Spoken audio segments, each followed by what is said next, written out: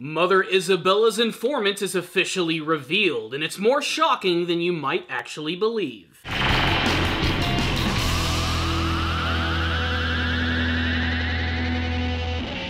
Greetings, my friends. I hope you're hungry for more, because it's time to take a look at another episode of The Promised Neverland, an episode which had a fantastic cliffhanger ending where we get to find out who the secret informant for Isabella truly is. And I have to say, it was honestly kind of shocking and not what I was expecting. So I think that goes without saying, spoiler warning as we go further ahead. So this episode right here was kind of slow, but offered some of the most atmospheric moments from the series that I've seen thus far. First, I want to talk about Sister Crone for a second, as I think that she's a fantastic villain, constantly walking the line between being like a sociopath and being a completely, utterly, and ridiculous and goofy character. It doesn't help that a lot of her scenes after she talks with Mother Isabella in this episode causes her to go insane, ripping up her stuffed doll, and it's all accompanied by some of the most goofy and honestly kind of inappropriate music that I've heard from the series. But it does a great job of highlighting that this chick is one crazy bitch.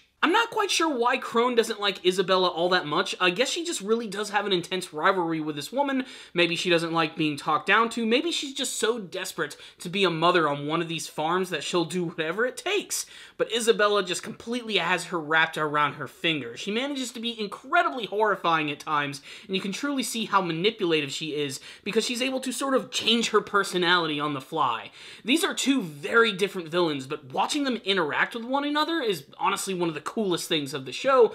But at the heart of the story is, of course, the children themselves. And you get to see that Emma, Norman, and Ray decide that they're going to have to start telling more people about this plan, otherwise things could go very wrong. Emma, Norman, and Ray agree that they're actually going to tell Gilda and Dawn the truth about their circumstances. They're being raised on a farm.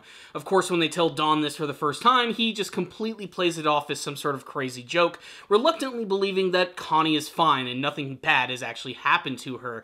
Norman even goes as far as to actually lying about what's going on with Connie, saying they don't actually know where she went. If only they knew that she was actually in a test tube somewhere. Gilda's reaction to it, on the other hand, is a completely different story. She just absolutely breaks down in revealing that she kind of knew that something bad was going on here. She could tell that night when Emma and Norman decided to go and try and find Connie, that their personalities, Emma's in particular, has completely changed. Of course, my first thought during this moment was maybe she actually is the informant for Isabella, and maybe that's why she's been sort of holding back and breaking down in this moment.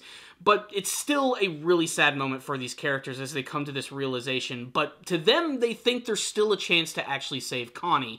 Norman lied a little bit in order to bring them over to their side, and of course it would upset them so much that it could have possibly ruined their plan altogether.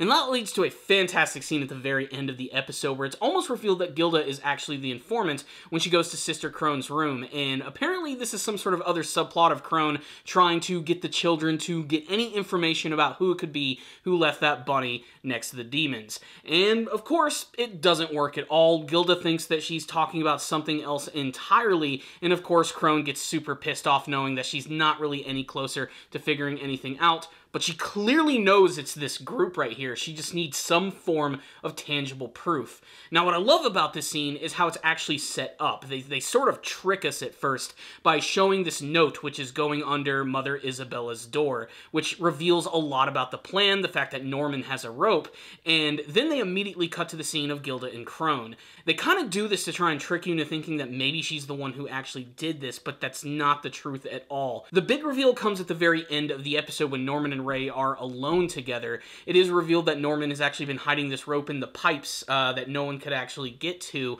and because of this he was able to deduce some information from Ray, and the fact that he was the one who immediately thought that Dawn was the one who was giving away all the information, when Norman just officially calls out Ray for the fact that yes, he is the one who is working with Mother Isabella, and the shocked look on Ray's face can only lead me to believe that this is the actual truth. And if it is, what the fuck is going on? So what's the rundown on this episode of The Promised Neverland? Oh, this series is just so damn good watching it play out. There's a lot of really great things about this episode, but again, I think the heightened paranoia is what truly makes it great, especially with Emma, who starts to just suddenly suspect everyone, whether it be Dawn or Gilda, or even the adorably stupid kid Phil. Could he be the one who's responsible for all of this?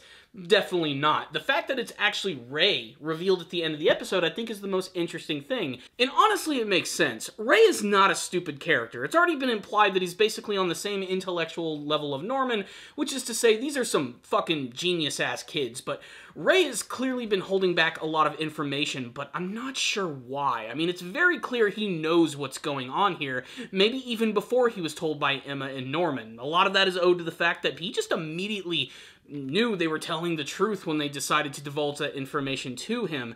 It leads me to believe that he knows a lot more than what's actually letting on here, but as to why he's working with Isabella, I'm kind of unsure. The implication in something that they bring up in this episode is that someone would be doing this to ensure their very own safety and their survival. And I don't know if that's something that Rey would actually do, but if he actually does do this, I'd love to know what his reasons are truly going to be. Most of this episode, though, again, was handled with some really great atmospheric moments. They made great use of a lot of POV shots in this episode, which some went on for a little too long, but they really sort of heightened the tension that these kids know that if they make one wrong move in this place, boom, they're out of here and they're going to get shipped on a damn meat truck. It's handled really well, and a lot of the times you have yourself guessing, like, who is this person who's walking? What are they going to do? There's a lot of, like, things where they sort of, like, play with the angles and, like, the character reveals in this episode that I thought made it really good. It's also implied that they are going to try and escape really soon, which I honestly thought this was going to be sort of like an endgame kind of thing for Promised Neverland, and if they actually do end up venturing out into this weird demon world, I cannot wait to see what's going to happen with it, especially because the intro just shows no indication of any of this happening at all. And again, what I loved about the intro, aside from the fact that it's just fucking amazing and has the sexiest saxophone music you've ever heard, is just that it really reveals nothing at all about what could potentially happen in this series. And that's really why I'm along for the ride on this one. I refuse to look at the manga version. I want to see where this season is going, and watching it unfold every single week has just been fantastic. This is definitely one of the best anime of the season, and you should be watching it. I'm going to give this episode a 5 out of 5. Loved every second of it. Cannot wait for the next one. But if any of you did watch the episode, tell me what you thought about it in the comments section below. Were you shocked by the reveal of Rey? Is he truly the one who's the informant for Isabella? What do you think of the relationship between Isabella and Crone? And what do you hope to see from the rest of the Promised Neverland? Let's just get a discussion going, guys. I'll see you all next time, and as always, stay down, baby.